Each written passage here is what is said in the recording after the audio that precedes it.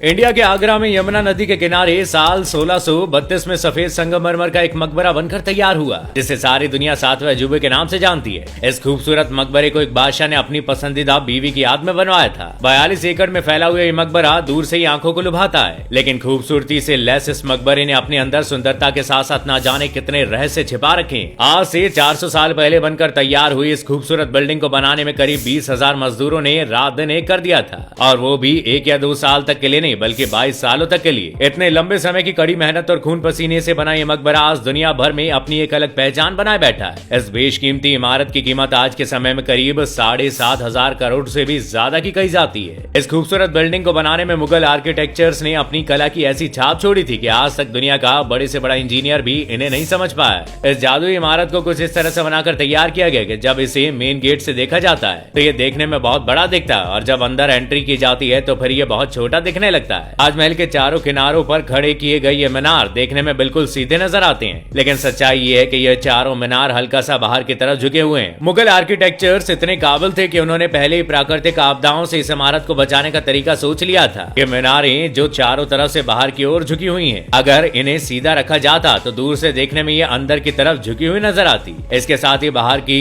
तरफ झुके होने की वजह से अगर कभी भूकंप जैसी समस्या आती, ये चारों मीनारें बाहर की साइड गिरेंगे और इससे अंदर खड़ी बिल्डिंग को कोई नुकसान नहीं पहुंचेगा। लेकिन इसमें आखिर ऐसा भी क्या था जिसे बनाने वालों ने इसे किसी बेशकीमती हीरे जवाहरात की तरह संभाल कर रखा था, जो इस पर एक खरोच तक बर्दाश्त नहीं कर सकते थे। दरअसल ताजमहल को जिस दौर में बनाया जा रहा था उस समय ना स्टील हुआ करती थी और ना ही कंक्रीट। ये सोचने वाली बात है कि फिर इस भव्य इमारत को किस तरह बनाया गया। ताजमहल की इमारत मोहब्बत की उस दास्ता को बयां करती है जो दुनिया के जहन में सालों साल में रमी हुई है। इसकी कहानी शुरू होती है साल 1607 से, जब हिंदुस्तान और पाकिस्तान पर मुगलों का बोलबाला हुआ करता था। यह दिन मुगल साम्राज्य में बहुत खास था। इस दिन आगरा फोर्ट में बहुत चहल पहल थी। पूरे महल को दुल्हन की तरह सजाया गया था। आगरा के इस किले में आज बादशाह के सबसे छोटे बेटे शहाबुद्दीन मोहम्मद खुर्रम का जन्मदिन था। ये बादशाह के सबसे लाडले बेटे थे। हर साल इनके जन्मदिन पर इन्हें हीरे जवाहरातों से तोला जाता था, लेकिन इस बार कुछ और भी हुआ था। राजा ने इनका विवाह अपने दरबार के वकील की बेटी मुमताज महल से करवा दिया था, और यहीं से शुरू होती है शाहजहां और मुमताज की अमर प्रेम कहानी। शाहजहां की 6 बीवियां थी, लेकिन उनकी नजरें सिर्फ मुमताज को खोजा करती थी। वक्त गुजरा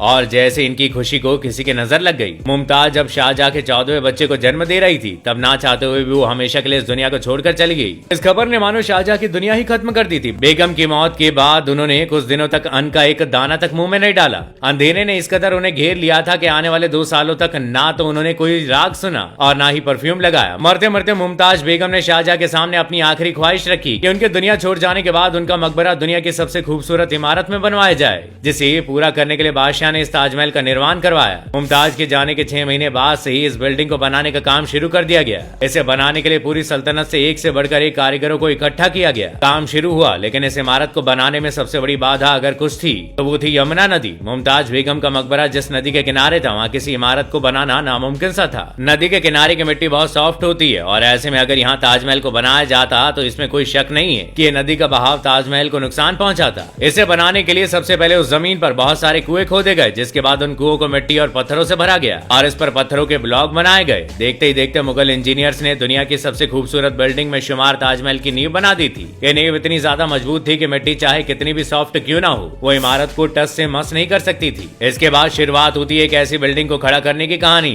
आज तक जो किसी ने नहीं देखा हो। इस खास इमारत के डिजाइन का आइडिया किसी इंजीनियर का नहीं था। बिल्डिंग के स्ट्रक्चर को बनाने का आइडिया शाहजहां ने अपने बाप दादाओं की इमारतों से लिया था। बाप यानी कि अकबर के मकबरे से उन्होंने दीवारों का आइडिया लिया, और दादा यानी हेमू की दीवारों से बिल्डिंग के कोर का आइडिया लिया, और अंकल के मकबरे से डोम का आइडिया लिया गया। जब 3 पुश्तों की इस कारीगरी को एक साथ लेकर आया गया तो ये दुनिया की सबसे खूबसूरत बिल्डिंग बन गई, जिसे देख कभी आंखें नहीं भरती। आपको जानकर ताज्जुब होगा कि इस इमारत को बनाने के लिए ईंटें कहीं से मंगवाई नहीं गई थी, बल्कि करोड़ों की संख्या में मौके पर ही बेक की गई थी। इस बिल्डिंग को बनाने में शाही खजाना तेजी से घटता जा रहा था, लेकिन शाहजहां को किसी की नहीं पड़ी थी। उन्हें सिर्फ अपनी बेगम की आखिरी ख्वाहिश दिख रही थी। खबरें बताती है कि इसे बनाने में लगे हुए मजदूरों को खाना खिलाने के लिए शाहजहां ने आसपास के सभी गांवों से अनाज मंगवा लिया था। इसके बाद उन गांवों के लोगों के पास खुद के लिए कुछ नहीं बचा था। समय बीता और बिल्डिंग का स्ट्रक्चर बनकर तैयार हो चुका था। अब बारी थी इसे सफेद चमकते हुए संगमरमर से ढकने की, जिसके लिए संगमरमर आसपास के बजाय आगरा से 400 किलोमीटर दूर राजस्थान से मंगवाए गए थे। और कहा जाता है कि यहाँ मिलने वाला मकराना मार्बल दुनिया का सबसे बेहतरीन मार्बल है। शाहजहां ने ताजमहल के लिए इस पूरे मार्बल पर अपना हक जमा लिया था, और ये खास हिदायतें दी थी कि जब तक ताजमहल को बनाने का का सारा काम खत्म नहीं हो जाता तब तक व्यापारी इसे कहीं और नहीं बेच सकते। 1000 हाथियों की हेल्प से इस मार्बल को बड़ी ही सावधानी के साथ राजस्थान से आगरा लाया गया। ताजमहल पर दिखने वाला ये 40 मीटर का डोम इसकी खूबसूरती में 4 चांद लगा देता है। आज इसे बड़ी आसानी से नई तकनीकों और स्टील की मदद से चुटकियों में बना दिया जाता है, लेकिन उस समय इसे बनाने के लिए कारीगरों के पास सिर्फ टुकड़ों के पत्थर पड़े हुए थे। ताजमहल के फिनिशिंग के लिए इसे पाइट्रा, डोरा और परचीन कारी से डिजाइन किया गया, जिसके बाद ये महल बनकर तैयार हो चुका है। ताजमहल के बारे में ये भी कहा जाता है कि ये दिन भर में 4 बार अपने रंग बदल लेता है।